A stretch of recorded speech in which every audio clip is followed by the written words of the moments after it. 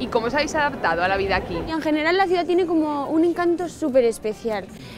No tiene grandes monumentos ni grandes museos, pero es bonita, ¿no? Le coges cariño. Ahora vamos a Zotter, que es una tienda de chocolate. Muy buena, el más bueno, ya veréis a ver. Muy típico en Graz. Un abrigo y sombrero, que miraba la calle. Hay millones de variedades de chocolate. Esta es una fábrica que hay cerca de Graz y exporta a toda Austria. Mira este, por ejemplo. Este es un chocolate de queso.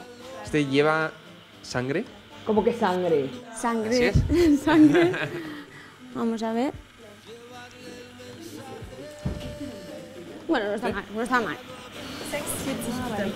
Mira, por ejemplo, le ha costado 6,40 esto. Un poco delicatessen. Un tanto capricho, ¿no? Exacto, Un poquito. exacto.